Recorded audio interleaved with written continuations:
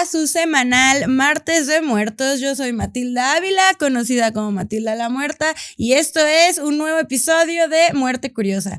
El día de hoy quise explorar un tema que tiene demasiadas ramas. La verdad es que la palabra no es padecer, pero sí fue una ardua investigación porque te tienes que meter a muchas áreas de la ciencia y de la química y demás. El día de hoy voy a empezar con la primera parte de un total de 2 episodios de nuestro personal catálogo de venenos. Los venenos son un mundo muy complejo, con razón hay gente que se dedica únicamente al estudio de los mismos. Vamos a explorar algunos casos de la vida real, ahora sí que de distintos venenos y sustancias tóxicas, porque hay unos que son diseñados para matar, otros que se encuentran en la naturaleza y otros que incluso servían de medicamento, pero si se te pasaba la mano con ellos, pues perecías, ¿no? Hay un mundo de personas que han muerto gracias a esto. Los personajes de los que vamos a hablar son periodos totalmente distintos uno del otro, personalidades completamente distintas y pues nada, me parece que es un tema muy divertido de explorar. Vamos a empezar con esta primera parte y espero que la disfruten.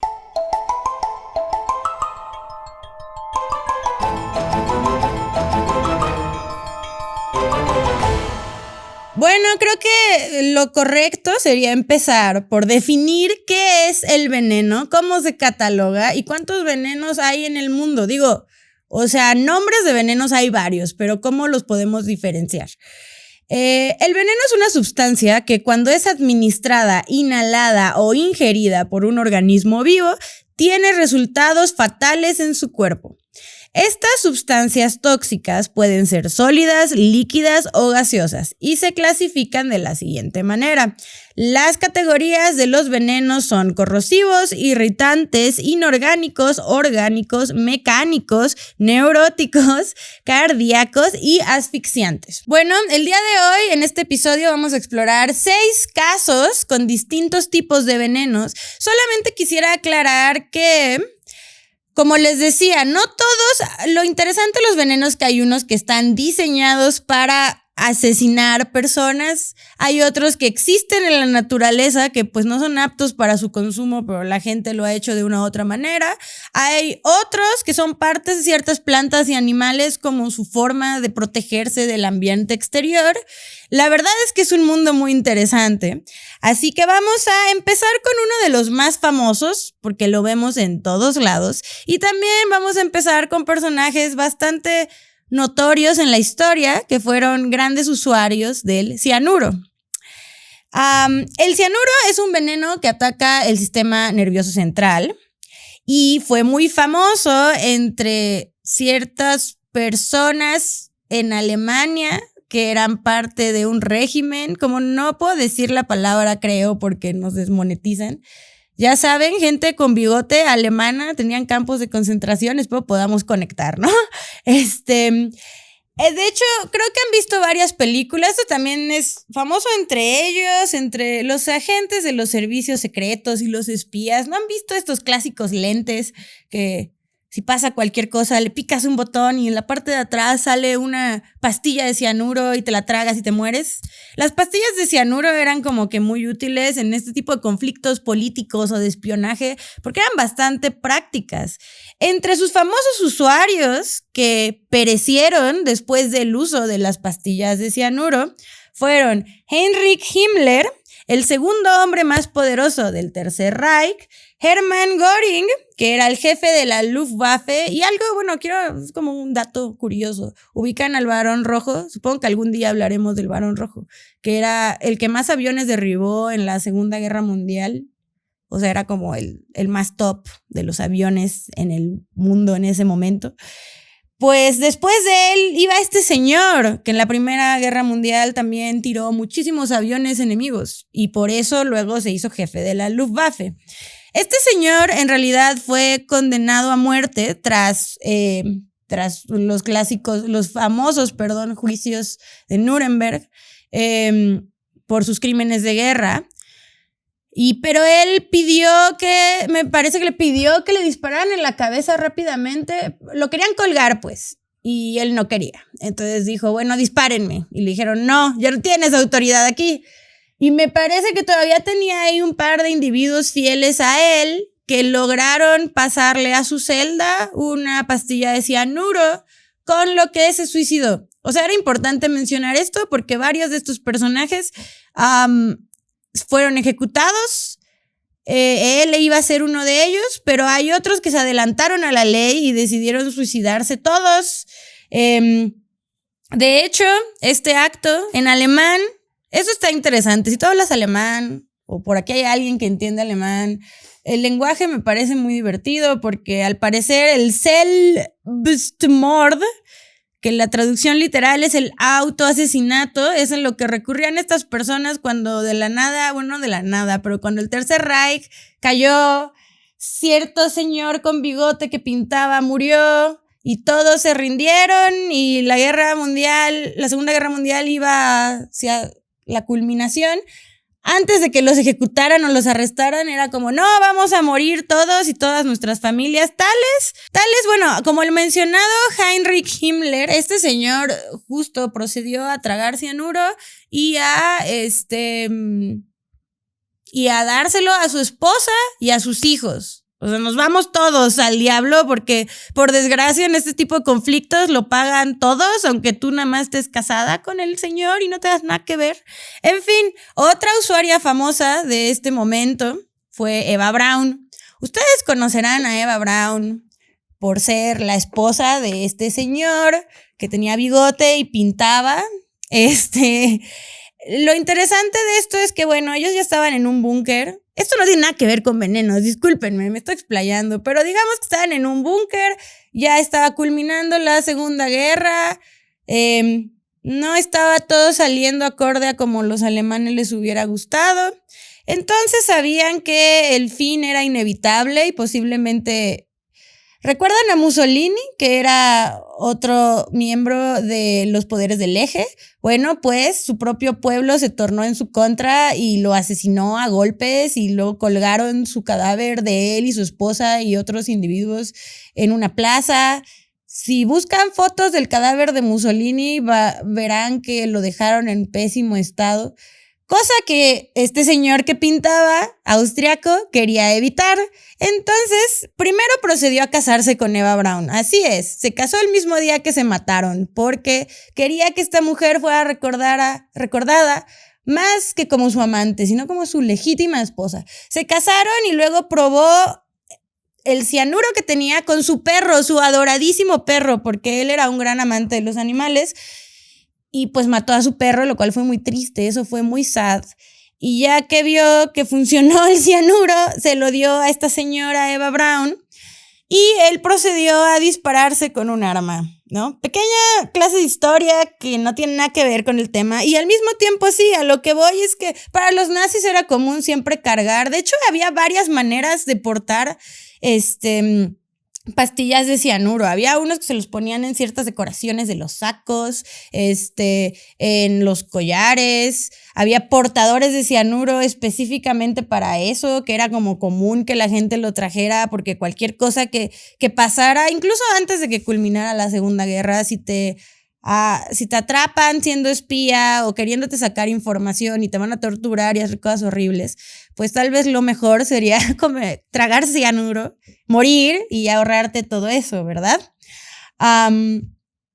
Pero bueno, ya que hablamos de estos personajes, no vamos a explorar más de ese tema, pero hay otro personaje muy importante que fue víctima del cianuro por decisión propia. Al parecer es de las sustancias predilectas para desvivirse, lo cual tiene sentido. Como ataca tu sistema nervioso, me parece que su efecto es bastante inmediato y poco doloroso a comparación de otros que vamos a ver más adelante. Entonces tal vez no sea lo peor.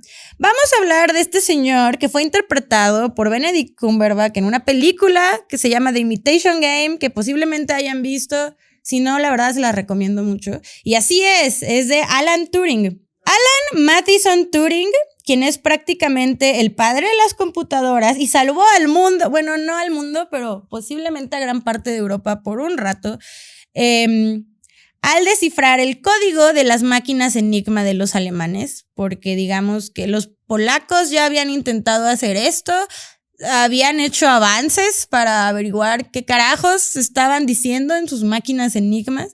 A ver, ¿por qué esto fue importante? Básicamente porque como con estas máquinas se comunicaban entre sí los alemanes y mandaban ciertos códigos que ellos descifraban para saber cuál iba a ser su próxima movida militar en diferentes puntos del mundo y del conflicto. Entonces, a la hora de craquear el código de la máquina Enigma, podías averiguar en adelanto lo que planeaban hacer los alemanes y así salvar muchas vidas, ¿no? Se le asignó esta misión a este señor y lo logró. Efectivamente craqueó el código enigma de las máquinas enigmas alemanas, salvó a muchísimas personas porque gracias a eso se pudieron adelantar a ciertos movimientos, por lo menos por un tiempo, ¿no? Porque luego los alemanes dirían, maldita sea, ya nos descubrieron y procederían a hacer otras cosas. Todo muy bien y este hombre pues fue un héroe nacional porque logró esto que fue muy increíble. Entonces su país de nacimiento, o sea Inglaterra, lo recompensó castrándolo químicamente. Puede que Turing haya cambiado el rumbo de la Segunda Guerra Mundial a favor de los aliados en su momento, pero también era gay. Esto a mí me parece muy sorprendente porque en Inglaterra ser homosexual dejó de ser un crimen hasta 1967, que si lo pensamos no fue hace tanto. O sea, fueron muchos años de gente encarcelada solo por ser gay. Puede que hagamos un episodio de esto más adelante porque alguna vez de mi vida me clavé en este tema porque me pareció como muy choqueante que hasta el 67 la gente decidiera que ya no va a ser ilegal. Porque al parecer solo aplicaba cuando eras hombre. Como que si tú eras una mujer lesbiana, sí estaba mal visto y demás, y creo que sí te podían dar ciertos cargos, pero no era tan grave. Pues así como ni siquiera en ser gay te tomaban en serio como mujer. Es un tema muy extraño, interesante y extraño y triste al mismo tiempo. Pero bueno, este señor, pues nada, era gay. Me parece que intervinieron unas cartas que él se mandaba con otro señor que quería mucho, diciendo cosas como te quiero mucho. Y entonces eso fue suficientemente ilegal para ellos, pero dijeron, pues este señor nos salvó a todos de la catástrofe. Bueno, nos dio una herramienta muy poderosa para avanzar en la guerra. Entonces no estaría tan cool encarcelarlo, pero es gay y eso es ilegal y está mal. ¿Qué hacemos? Bueno, pues le dieron chance de encarcelarlo en la comodidad de su hogar. No podía salir, no podía recibir a nadie y le dieron un tratamiento hormonal que básicamente te llevaba a la castración química. O sea, eso es otra contradicción muy rara de las leyes de, a ver, si tú estás definiendo al ser homosexual como si fuera un problema mental o biológico, X problema que tú crees que sea, y entonces te meten a la cárcel por tener disque un problema que tú no puedes... Hay cosas que nunca entenderé, ¿verdad? Pero bueno, creo que esto estuvo no muy cool de parte de Inglaterra. Y este señor, pues él está pasando muy mal. Obviamente ese tratamiento hormonal le estaba afectando mucho a su salud. O sea, no solamente no podía salir ni nada y pues supongo que debió haberse sentido un poco frustrado después de haber hecho todo lo que hizo y aún así lo trataran de esta manera. Entonces procedió a suicidarse. Bueno, más que eso, en 1954 lo encontraron muerto en su casa, obviamente, porque no podía salir. Y posiblemente de envenenamiento, porque al lado de él encontraron una manzana mordida que tenía inyectado cianuro, ¿no? O sea, este señor, siendo científico, tenía acceso a todas estas cosas. Y un dato curioso, ¿ubican a Apple? Ya saben, los que hacen las Macs y esas cosas. ¿Recuerdan que su logo es una manzana mordida? Bueno, pues es referencia a este señor que se suicidó mordiendo una manzana con cianuro. Entonces ahora espero que no vean a Apple de la misma manera, porque su logo es bastante mórbido y yo fui muy feliz cuando descubrí este dato. Y por cierto, a este señor se le perdonó de sus crímenes en el 2013. No le sirvió mucho, pues creo que a mí siempre me da mucha risa cuando te perdonan de algo, de lo que sea, o te reconocen de algo, cuando llevas como 1000 años muerto, es como, gracias, cool. O sea, él hubiera disfrutado mucho de su vida siendo no encarcelado por ser gay, pero pues ese privilegio se lo dieron en el 2013. Increíble. Bueno, ahora vamos a continuar con algo un poco más natural, llamado la savia del árbol de la muerte. Esto fue muy bonito, porque a este árbol realmente se le conoce como el árbol de la muerte.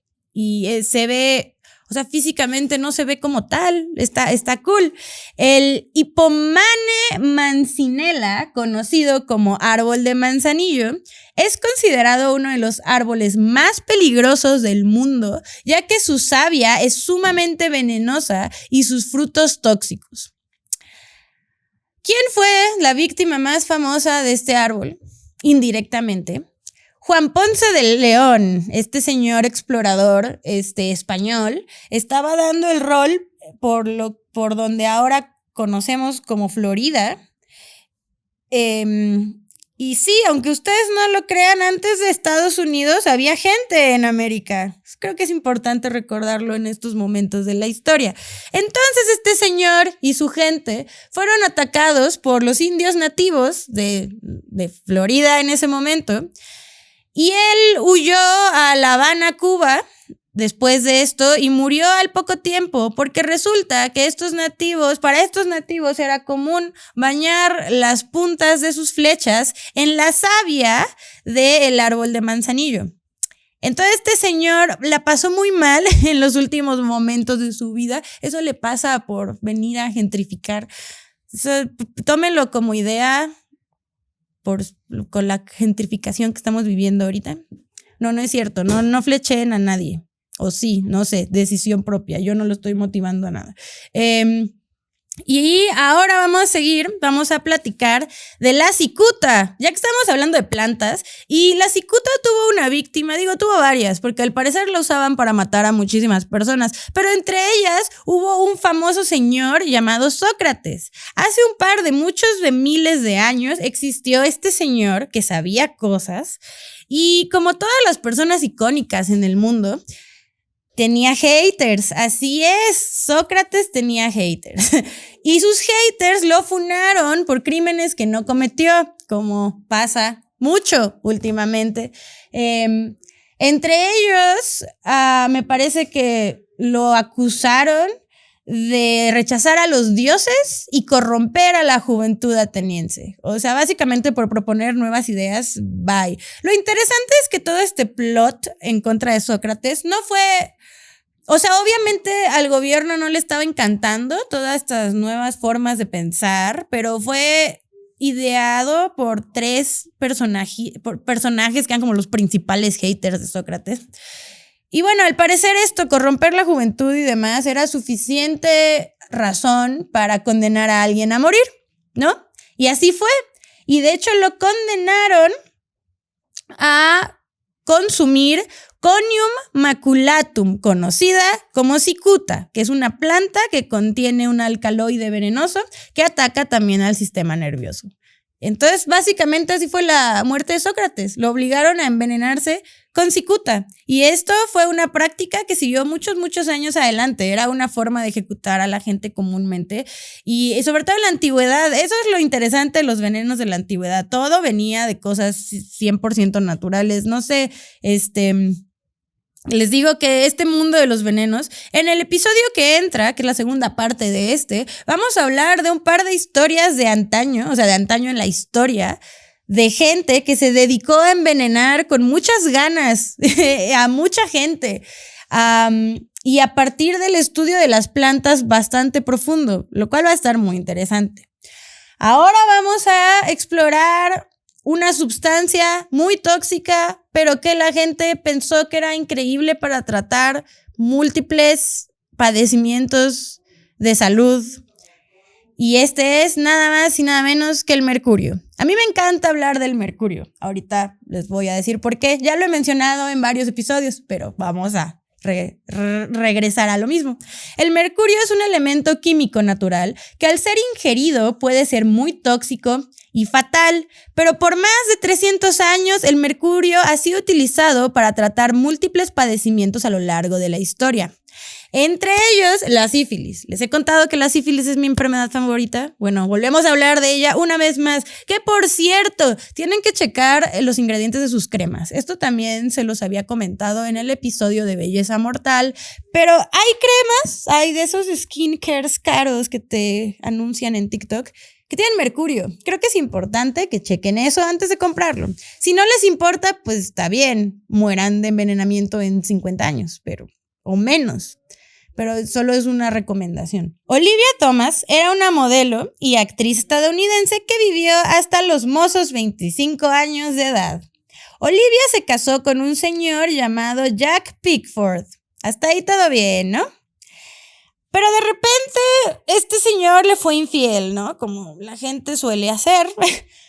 Pero el karma actuó rápidamente y gracias a esta infidelidad le dio sífilis. Y ahí es cuando entra esta icónica quote del uso de mercurio para el tratamiento de la sífilis, que es: una noche con Venus significa una vida con mercurio. Porque por su momento en el que decidió engañar a su esposa y ser contagiado con sífilis, pues ahora tuvo que tener un tratamiento. Su doctor le mandó un tratamiento tópico para la piel de mercurio. ¿Por qué? Porque realmente el mercurio, repito, esto creo que también ya lo he dicho antes, pero el mercurio no te curaba de la sífilis, solamente retrasaba los efectos físicos de la misma. Como ya hemos platicado, la sífilis se divide en varias etapas y conforme va avanzando, te van cayendo pedazos de cartílago de la cara. Entonces terminas viéndote extraño. Entonces, el mercurio te ayudaba a que eso no sucediera, o por lo menos que sucediera de manera súper lenta, donde pudieras, no fuera tan evidente ni tan rápido. Pero a cambio de esto, pues morías de envenenamiento de mercurio. De hecho, eso fue lo que le pasó a este señor. Ni siquiera murió de sífilis. Murió justamente porque empezaron a fallar todos sus órganos en algún momento de la vida. Pero no estamos hablando de este señor. ¿Por qué es importante el hecho de que este señor tenga sífilis y que le hayan recetado una medicina tópica para el tratamiento de? Pues resulta que Olivia un día no podía dormir, ¿no? Tenía insomnio. Entonces fue al gabinete de medicinas. No había luz en ese momento en la casa, ¿no? Bueno, no se le ocurrió, no había luz, entonces confundió su medicamento para dormir con el medicamento de mercurio de su marido y se lo tragó como si fuera jarabe. Bueno, esto la puso muy, muy mal y por los próximos días los doctores y su marido intentaron múltiples antídotos y remedios para contrarrestar el efecto dañino que le estaba causando el mercurio a su cuerpo. Nada de esto funcionó y Olivia murió a la semana. Entonces, este es uno de los muchos casos de envenenamiento con mercurio. Les digo, quiero enfocarme en una sustancia y hablar de un caso en particular porque cada sustancia es responsable de muchos, muchos, muchos casos y muertes distintas. Vamos a hablar ahora de una que creo que de esta lista es de mis favoritas. Es muy interesante el fenómeno que se da alrededor de la tetrodotoxina, que tal vez escuchándolo así no la reconozcas, pero en cuanto avancemos vas a ver que estás más familiarizado con ella de lo que tú crees. O bueno, supongo, no sé si les gustaba ver Los Simpson, pero sí, entonces tal vez sí. Bando Mitsugoro VIII era un muy famoso y exitoso actor de kabuki. Una noche asistió a una cena en un restaurante muy fancy en Kioto y se sentía particularmente invencible por nada en la vida y se sentía tocado por Dios, tanto que pidió al cocinero que le preparara un fugu kimo. Que básicamente es el hígado del pez globo, que es una de las partes más venenosas del pez. Esto era en los 70s, donde en Kioto ya era ilegal el consumo del pez fugu. El consumo del pez fugu es ilegal en múltiples partes de Japón, En este momento de la historia, que eran los 70s, ya era ilegal su preparación en Kioto. Y de hecho, al día de hoy, no es ilegal en todas partes, pero en donde es legal tienes que tener una licencia especial para su preparación que pides de maneras muy específicas. O sea, no cualquiera lo puede hacer ni lo puede servir en su restaurante solo porque sí. Lo que pasa es que la tetrodoxotina se encuentra en el hígado, los intestinos, la piel y las gónadas del pez globo fugu. Para prepararlos tienes que quitarle estas partes al pez de manera y con precisión quirúrgica, porque si tú haces un corte mal, se contamina todo el pez, todo lo que vas a preparar ya está envenenado y puede ser fatal, pues. De hecho, al día de hoy, este pez es el causante de 50 muertes anuales en Japón. Creo que es bastante bien conocido que es muy peligroso consumir este pez, pero la gente como este señor, de hecho este señor se creía tan poderoso ese día, porque era ilegal, ¿no? Pero el cocinero dijo, pero es este señor que es como el Tom Cruise del kabuki, pues ni modo, le voy a tener que decir que sí. Bueno, no se lo pidió una vez, se lo pidió 3 veces. Se comió 3 de estos hígados potencialmente peligrosos y envenenados. Y ya fuese uno, fueran los 3 o fueran 2, efectivamente uno pues no salió tan bien. Y el señor empezó a agonizar en la madrugada hasta que murió. Insisto, sé que igual es como algo muy icónico de ir a Japón y probar pez fugu y sobrevivir y sentirte muy acá, pero la posibilidad de morir es bastante alta también. No sé cuál es como que su urgencia de consumir un animal que claramente es muy dañino, pero bueno, está bien, 50 japoneses muertos al año por esta forma de pensar. Ahora vamos a pasar a... Obviamente no podemos hablar de sustancias tóxicas, envenenamientos y gente que ha muerto por ser envenenado de múltiples maneras, sin hablar un poco de los rusos, ¿no? Porque a los rusos les encanta envenenar a todo el mundo y luego negarlo. Entonces, vamos a platicar un poco del polonio y para ser más específicos de uno de sus víctimas más famosas. De hecho, me parece que este señor, siendo honesto, se hizo famoso por ser envenenado con polonio. Creo que es de las peores formas, o sea, si te van a envenenar, esta está en las top 5 peores formas y maneras en las que te pueden envenenar, porque el polonio básicamente lo hizo tener una muerte súper larga y agonizante. Es como que tú estás aquí intentando vivir, pero todos tus órganos están desintegrando por dentro, o sea, no recomiendo. En el 2006, un ex miembro de la KGB llamado Alexander Litvinenko sufrió una de las peores muertes posibles, que es la que le acabo de mencionar. En 1999, Alexander decidió balconear muchos chismes, muchas cosas de su propio gobierno, porque a él, para este entonces ya no existía la KGB ni la Unión Soviética, pero él seguía trabajando en el gobierno y había varias cosas que a él no le parecían, que él pensaba que ya no tenían nada que ver con sus ideales, entonces empezó a decir cosas de lo que hacía su gobierno, habló de corrupción, habló de extorsión y también que a él le habían dado la misión de ir a asesinar a un tal señor llamado Berezovsky. O sea, le valió todo y balconeó todos estos secretos de Estado que obviamente todo el mundo negó de, no, este es un señor alucín, quién sabe qué está hablando. Y bueno, gracias a esto, para que él no terminara siendo torturado como por 2 semanas seguidas en un gulag en Siberia, huyó a Reino Unido. En Londres lo recibieron a él y a su familia porque tenía esposa e hijos y ya saben, todo el paquete. Y en el 2006, este señor, a pesar de todo su background y todos los problemas en los que ya estaba metido, seguía. La verdad es que eso a mí me parece muy respetable porque el señor luchó por sus ideales, por lo que él consideraba correcto. Fue de estas personas que creo que en todos los países donde se vive en corrupción y hay como tratos ilegales dentro del gobierno, es muy peligroso exponerlos, ¿no? Y decir la verdad de lo que está sucediendo porque tu vida corre peligro. Y esta persona que trabajó en la KGB y creo que sabía perfecto cómo eran estos asuntos, aún así decidió arriesgarse y contar su verdad y su versión de las cosas, de cómo sucedía tras bambalinas, exponiendo la corrupción del gobierno ruso. Eso siempre es muy valiente, sobre todo en Rusia, que es un gobierno tiene una historia política bastante compleja. No siempre ha sido la más transparente y la más honesta. Al día de hoy hay varios casos de estos personajes que quieren exponer la verdad que sucede en su país y pues reciben estos resultados. Este señor en 2006 estaba investigando el asesinato de una reportera rusa. Y como resultado, o sea, ya el gobierno ruso estaba como, ya estoy harto de este señor, me está tirando todos mis eventos, no necesito esto, gracias.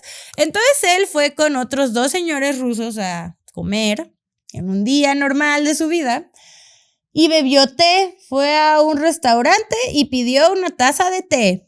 Y esa taza de té estaba envenenada con polonio. Entonces, al primer contacto con la taza ya fue suficiente para que nuestro amigo se fuera al diablo sin escalas ni boleto de regreso.